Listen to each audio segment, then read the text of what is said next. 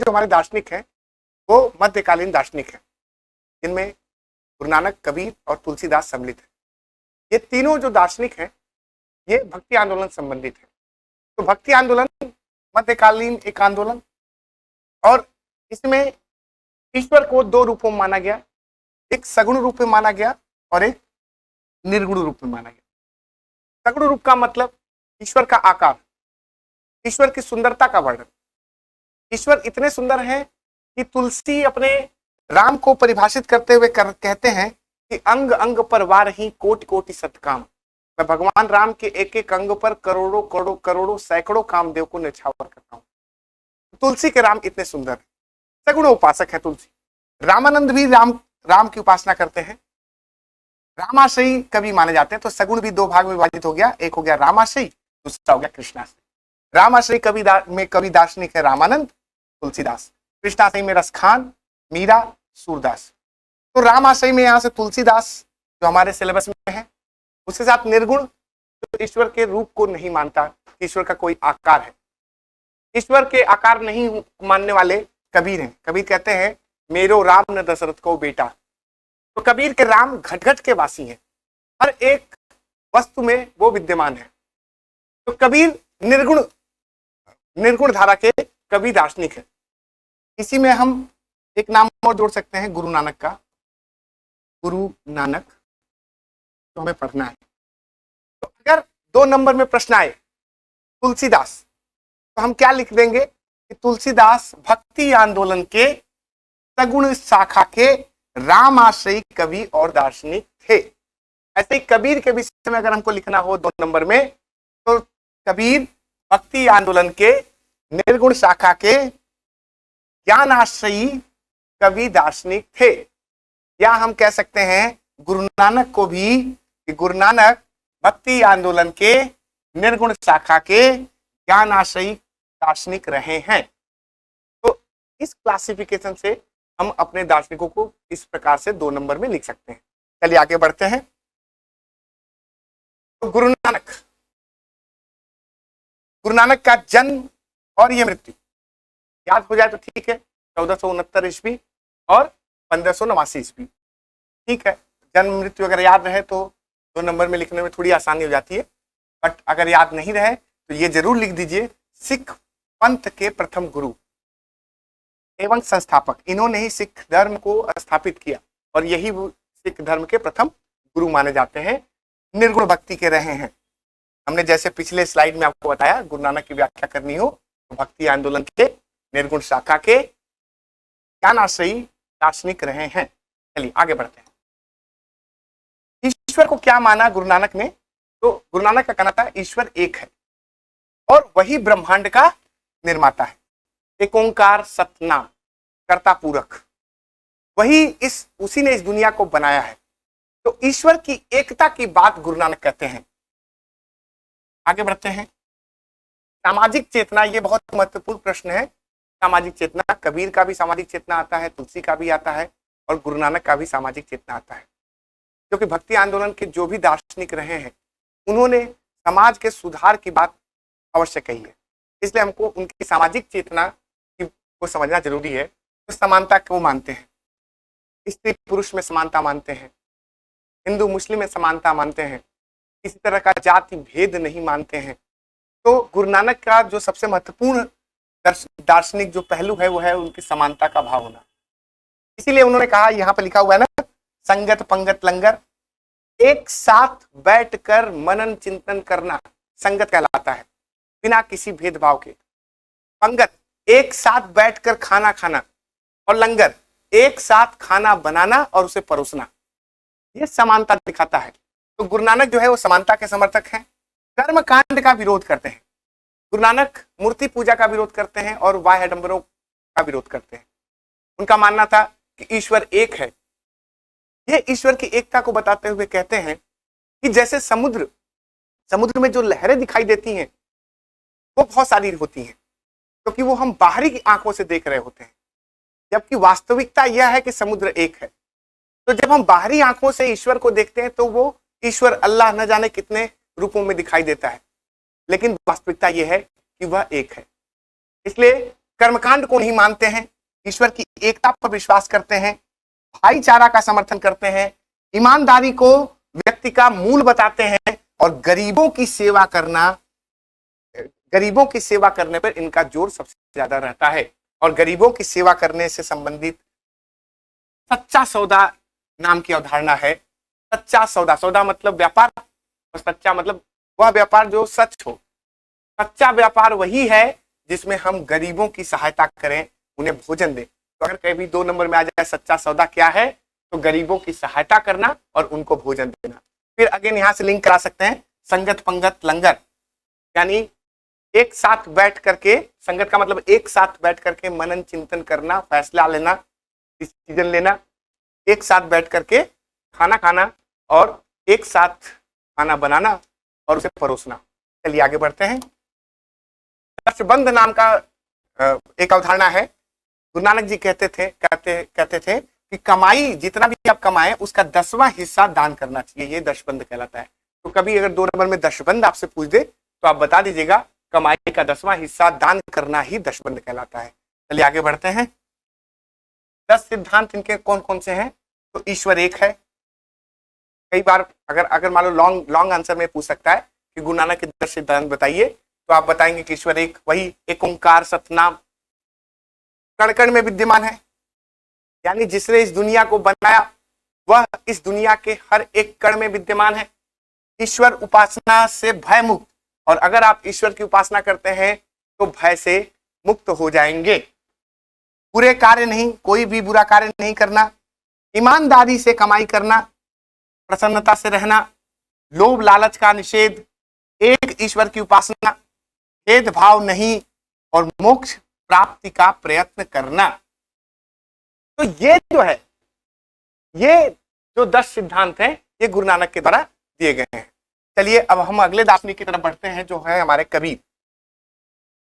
कबीर का जन्म 1398 ईस्वी में हुआ था। कबीर का जन्म 1398 ईस्वी में हुआ था और उनकी मृत्यु जो है 1518 ईस्वी में हुई थी।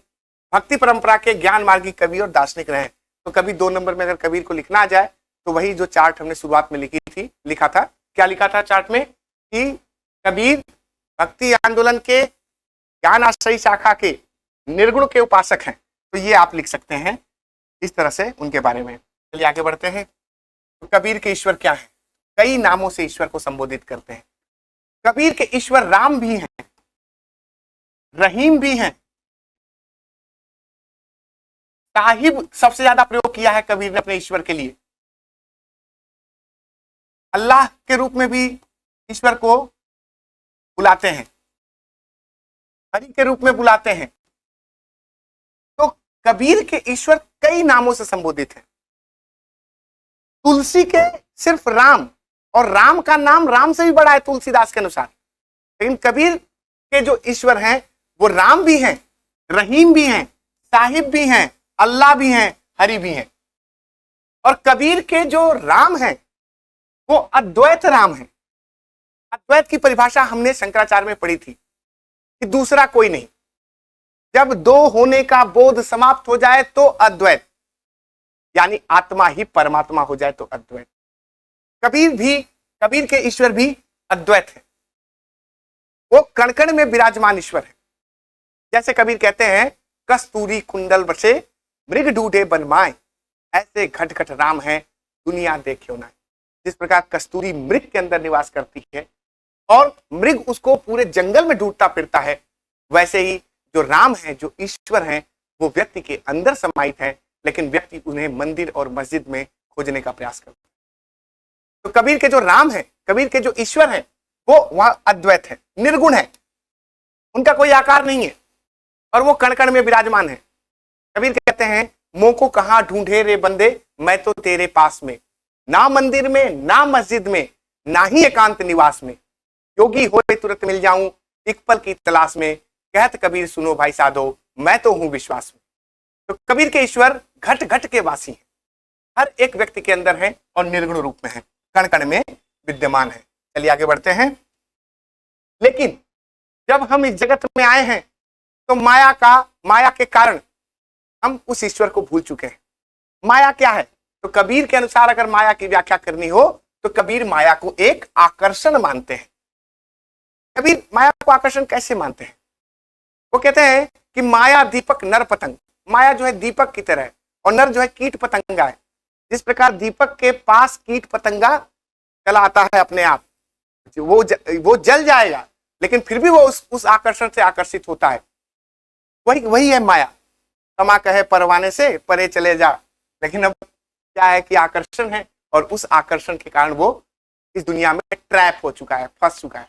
तो नर जो है इस दुनिया में माया के कारण फंसा हुआ है। और माया क्या है? एक आकर्षण है। माया को कई नामों से पुकारते हैं, कई रूपकों से पुकारते हैं। पापड़ी कहते हैं, पापी है माया ऐसी पापड़ी, माया पापी है। दीपक, माया दीपक नर पतंग। दुल्हनिया कहते हैं कि सच सवर के दुल्हनिया आई, दुल्हनिया ने लूटा बाजार, और सब लोग उसके आकर्षण में फंसे रहे। तो ये दुल्हनिया जैसे रूपकों से माया को दर्शाते हैं। अगर कबीर के सामाजिक चेतना की बात करें तो कबीर भी जाति प्रथा का विरोध करते हैं। कबीर जो जाति प्रथा थी, मध्यकाल में जो जाति प्रथा का प्रभाव धर्म में दिख रहा था, उसका विरोध करेंगे। कर्म कांडों का विरोध करेंगे। हिंदू मुस्लिम की एकता की बात करेंगे। ईश्वर की एकता की बात करेंगे। निर्गुण की स्थापना करना चाहेंगे। और गुरु की महिमा में प्रश्न आ चुका है कि कबीर के गुरु की महिमा 2 नंबर में अगर आ जाए तो गुरु को सबसे बड़ा मानते हैं। कहते हैं कि गुरु तो ईश्वर से भी बड़ा है, क्योंकि गुरु के माध्यम से ही हमको ईश्वर का पता लगा। गुरु गोविंद दो उखड़े काके लागो पाओ पाए, बलिहारी गुरु आपनो गोविंद दियो बताए। गोविंद का पता कहां से लग रहा है? तो गुरु से ही लग रहा है। तो इसलिए कबीर जो है गुरु को ईश्वर से भी ऊपर मानते हैं। चलिए आगे बढ़ते हैं अगले दार्शनिक की तरफ। सॉरी, एक चीज और बच गई, बीजक। अगर पूछ दे बीजक क्या है, तो बीजक कबीर के रमैनी शब्द साखी का संकलन है।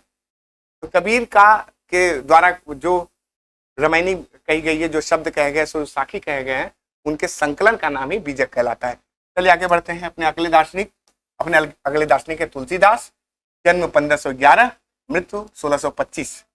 ये अगेन भक्ति आंदोलन के सगुण शाखा के राम आश्रयी कवि और दार्शनिक रहे हैं। ये मैं पहले भी बता चुका हूं कि किस तरह से हमको इसको बताना है। चलिए आगे बढ़ते हैं।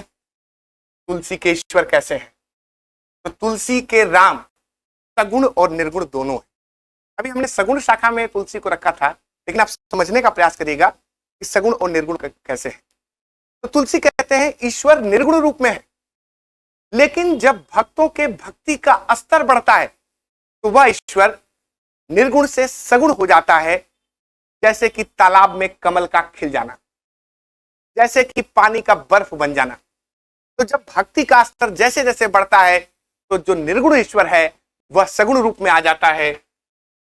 जैसे इन्होंने लिखा है, जो गुण रहित सगुण सोई कैसे, जल हिम उपल बिलग नहीं जैसे। तो तुलसी के जो ईश्वर है वो सगुण है। राम बिल्कुल सगुण रूप में, जैसे हमने शुरुआत में ही बताया था कि राम का वर्णन करते हुए राम की सुंदरता का वर्णन कर बहुत ही अच्छे तरीके से तुलसीदास ने किया है। तो तुलसीदास के ईश्वर सगुण निर्गुण दोनों हैं, लेकिन उन्होंने सगुण राम की ही उपासना की है। चलिए आगे बढ़ते हैं। तुलसी ने भी माया का जिक्र किया है। अब तुलसी की माया 2 तरह की, एक है विद्या माया और एक है अविद्या माया। विद्या माया सृजन करती है। विद्या माया किनके पास है? तो काक भुसुंडी। आप लोग जब रामचरितमानस पढ़ोगे तो एक काक भुसुंडी का जिक्र है। तो काक भुसुंडी जो बहुत ज्ञानी है, उनके पास विद्या माया है। सुग्रीव के पास है, हनुमान के पास है, यानी जिनका चरित्र उच्च है रामचरितमानस में, उनके पास विद्या माया है। और अविद्या माया भ्रम है, जो रावण के पास है, कुंभकर्ण के पास है, तो वो अविद्या माया है। जिसमें राक्षसी प्रवृत्ति है वो अविद्या माया है, जिसमें सात्विक प्रवृत्ति है वो है विद्या माया। तुलसी भी विद्या माया और अविद्या माया से अपनी व्याख्या करते हैं। नेक्स्ट पे आ जाते हैं। तो राम राज्य को स्थापित करते हैं। रामचरितमानस के उत्तरकांड में राम राज्य की स्थापना होती है। तुलसीदास जी राम राज्य की बात करते हैं। राम राज्य, उनके उत्तरकांड, रामचरितमानस का जो उत्तरकांड है वो, उसमें राम राज्य की स्थापना करते हैं, जो कि ये संदेश भी देते हैं कि इस तरह का राज्य होना चाहिए जहां पर एक आदर्श राजा है और उसके प्रजा से बहुत ही एक प्रजापालक राजा है। प्रजा के साथ वो पुत्रवत व्यवहार कर रहे हैं राम।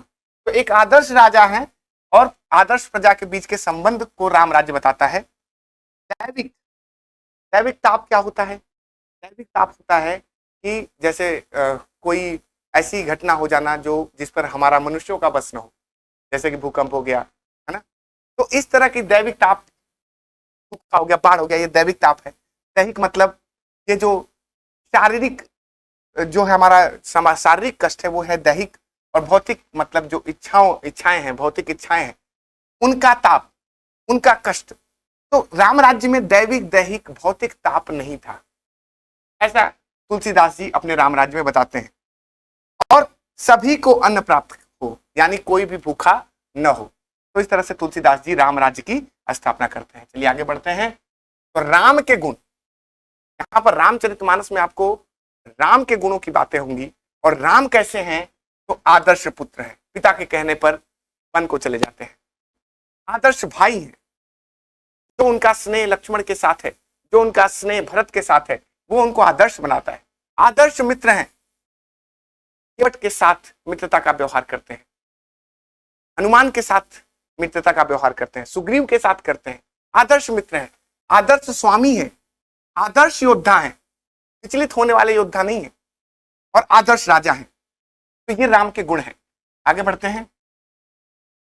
तो तुलसीदास जी की भक्ति भावना अगर पूछ दे कि कैसी है, तो तुलसीदास जी अपने आप को दास मानते हैं, आत्मनिवेदन करते हैं, विनय की भावना रखते हैं, श्रवण है, कीर्तन है, वंदन है, पद वंदन है। तो ये तुलसीदास जी की भक्ति भावना है। चलिए आगे बढ़ते हैं। सामाजिक चेतना की बात करेंगे तुलसीदास की, तो आध्यात्मिक समन्वय बनाते हैं। जैसे कि उस समय जो वैष्णव पंथ था और जो शैव पंथ था, दोनों में विवाद था, लेकिन तुलसीदास जी वैष्णव और शैव के बीच में एक समन्वय बनाते हैं।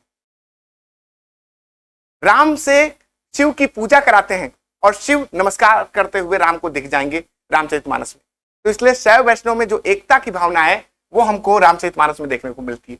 दार्शनिक समन्वय, जो द्वैत अद्वैत की लड़ाई है उसको भी ये समाप्त करने का प्रयास करते हैं और एक समन्वय की भावना का विकास करते हैं। द्वैत का मतलब कि दो का होना, और अद्वैत का मतलब दूसरा कोई नहीं, जिसकी हम बात पहले कर चुके हैं।